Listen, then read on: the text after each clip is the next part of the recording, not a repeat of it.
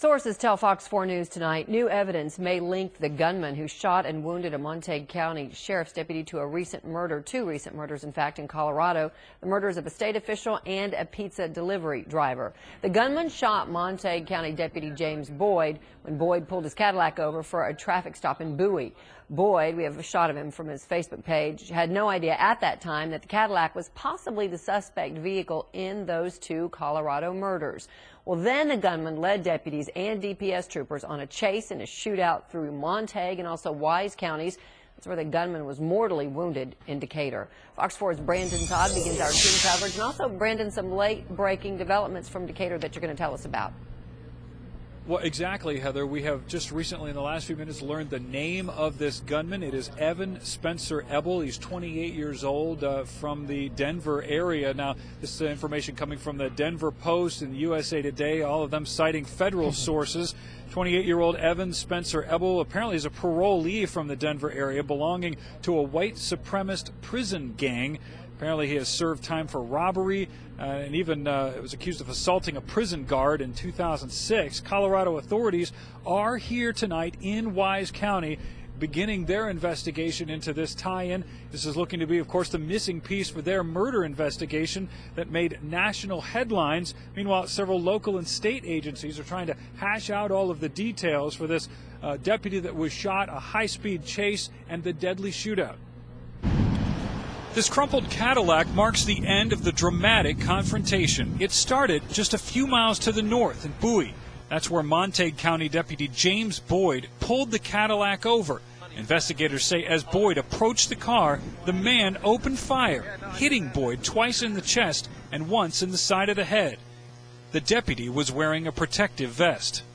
Was able to use his radio and call for help. In a matter of minutes, Wise County deputies were chasing the Cadillac south on 287. The whole time, investigators say the driver was shooting back at patrol cars. One Wise County sheriff's car was hit. These pictures, taken by the sheriff's office, show the bullet holes in the windshield and the hole where it hit the left support right over the deputy's shoulder. As the chase got into Decatur, Police Chief Rex Hoskins was waiting, ready to join the chase. He says he saw the car and heard the shots. When he came by me, he was, I'm going to say, probably running about 100 miles an hour. Just had his left arm out the window, and he was just shooting. He shot four times when he passed by my car. The chase continued on for about 3 miles, where the man slammed into the back of a rock hauler. Detectives say he climbed out of the wreckage and again kept shooting at deputies. They fired back, and the gunman was shot. He was pronounced dead later at JPS Hospital in Fort Worth. It didn't look like he wanted to be called or be taken alive one way or the other. It was obvious when he got out from the accident and got out and started shooting at the deputies. Immediately, there were links made to the suspect and the murder earlier this week of Colorado Department of Corrections Director Tom Clements. The car had 2 different Colorado plates and was tied to the Clements murder. And sources tell Fox 4 there was a pizza delivery uniform found in the car. Colorado authorities say just days before Clements was killed, pizza delivery man Colin Leon was killed in a Denver suburb. And the man who killed Clements apparently wore a pizza delivery uniform to coax the corrections department official to his front door where he was shot. And, of course, Colorado investigators are here handling their part of this investigation, the tie-in to their murder up there. Meanwhile, Texas Rangers are handling the investigation here for that shootout here in Wise County. Heather? Boy, Brendan, to tell you what, you look at the picture of the Wise County deputy's car, so telling, and that bullet was so close to his head, too.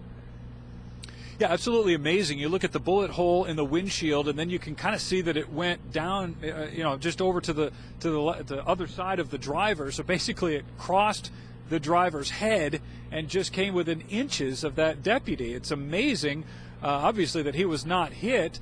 And it's amazing, really, that with all of the shots that detectives are saying that this man took at all these cars, that no one else was hit in all of this. Yeah, no kidding, because it really sounds like that suspect was well armed. Well, it does, and we tried to ask investigators tonight how many weapons he had, what did the inside of the car look like. The only thing they were able to tell us was that he did have one handgun. They didn't know exactly how many shots were fired. In fact, they don't even know how many shots were fired by the police officers and deputies that were chasing him until they go back and start counting, obviously, the bullets that were fired from all of the deputies' guns. Sure. So they have a lot of pieces to put together. And I know, because especially now we're dealing with a couple of different state agencies, federal agency as well, the details are going to be kind of hard to piece together, but you were able to find out through your sources about the pizza delivery uniform in that Cadillac. Are you finding out more about this gunman at this point? Well, and we've obviously at the top learned his name and a little bit more about his history. That pizza delivery uniform, obviously a big key to that case. It's not just the uniform. There was also a pizza box in that car as well. So a lot of things tying him to not only the murder of the corrections department official, but also the murder of that pizza delivery man in Colorado as well. All right, Brandon Todd, we appreciate the update. Brandon, live indicator tonight. Thank you.